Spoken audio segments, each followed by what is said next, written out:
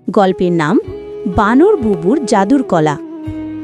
একটা সবুজ জঙ্গলে থাকত দুষ্টু বানর বুবু। সারাদিন লাফালাফি, দুষ্টুমি, এটাই ছিল তার কাজ। একদিন বুবু জঙ্গলের গভীরে একটা ঝলমলে সোনালি কলা দেখতে পেল। কৌতূহলী হয়ে সে কলাটা ছিঁড়ে খেল। আর তখনই ঘটল অদ্ভুত ঘটনা। বুবু হঠাৎ করে উড়তে শুরু করল।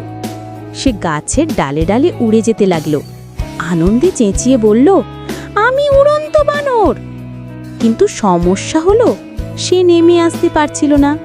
সবাই নিচ থেকে চিৎকার করছে, বুবু নামো নিচে।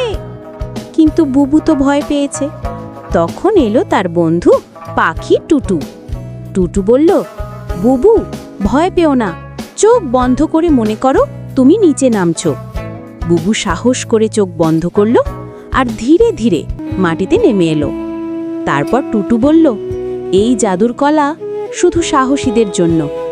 বুবু হাসল, তাহলে আমি সত্যিই সাহসী। সেদিন থেকে বুবু আর দুষ্টুমি না করে অন্যদের সাহায্য করতে লাগলো। জঙ্গলের সবাই তাকে ডাকলো উড়ন্ত নায়ক বুবু। ভিডিওটি ভালো লাগলে সাবস্ক্রাইব করুন।